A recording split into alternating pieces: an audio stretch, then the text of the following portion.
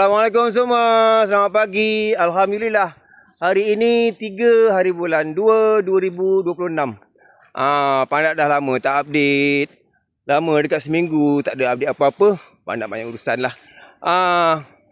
Pagi ni Wan dah turun menyapu laman. Bersemangat nampaknya. Mak cik pun ada, mak ndak pun ada. Assalamualaikum. Okey. Dekat rumah tu Abang Yaud pun ada, Mak Ngah pun ada. Kejap lagi dah nak balik dah ni. Tengah siap-siap nak balik. Sempat juga dia orang buat gemah-gemah rumah. Okey, Pandak dah siap baju simen. Nak menyimen dekat bilik air di rumah tu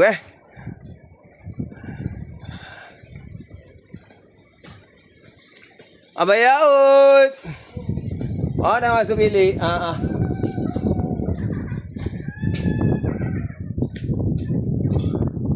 Okey. Nak kat sinilah. Nak plaster ni. Okey. Pintu dah siap. Hari tu Pandak tak sempat nak update pasal pintu. Okey. Hari ni Pandak nak plaster siap-siap, insya-Allah. Doakan Pandak semua, doakan Mandak juga dengan Wan, keluarga kita semua. Mocik yang ada sini, Bayaud, Mak Ngah. Mudah-mudahan selamat sampai Johor nanti. Okay. Buat sahabat-sahabat semua, insya-Allah moga sihat semua. Assalamualaikum Bayaud. Alhamdulillah. Terima kasih. Okay, bye. Sayang semua. Assalamualaikum semua. Selamat pagi. Alhamdulillah.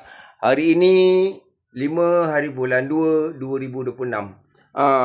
Pandak masih dekat tepi tandas bilik air luar ni. Okey. Semalam Pandak dapat landing sebahagian, insya-Allah. Hari ni Pandak nak sudahkan, insya-Allah. Okey. Alhamdulillah. Hari ni ada yang bantu. Assalamualaikum ayah abang. Alhamdulillah. Member dah start cuti ni. Okey, mudah-mudahan dapat bantu Pandak buat kerja-kerja kat kampung ni. Okey, alhamdulillah. Doakan kami semua sihat. Keluarga kita semua, insya-Allah. Mudah-mudahan semua sihat. Buat sahabat-sahabat semua, insya-Allah. Moga-moga Allah Taala pemudahkan segala urusan kita. Sihat tubuh badan, insya-Allah. Assalamualaikum sayang semua. Amin amin rabbal alamin.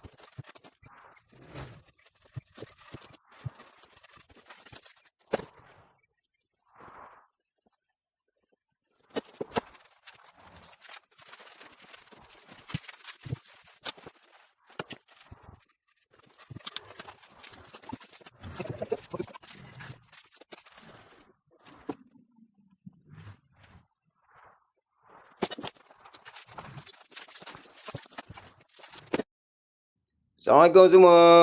Alhamdulillah. Siap sudah lantai tepi bilik air. Okey. bolehlah kerja-kerja mengecat selepas ni. InsyaAllah. Bila air ni masih pending, ada sikit lagi air bertakung tu, nak kena tampal lagi sikit. Ya, buat betul-betul insyaAllah.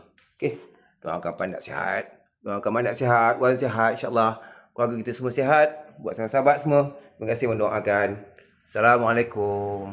Sayang semua.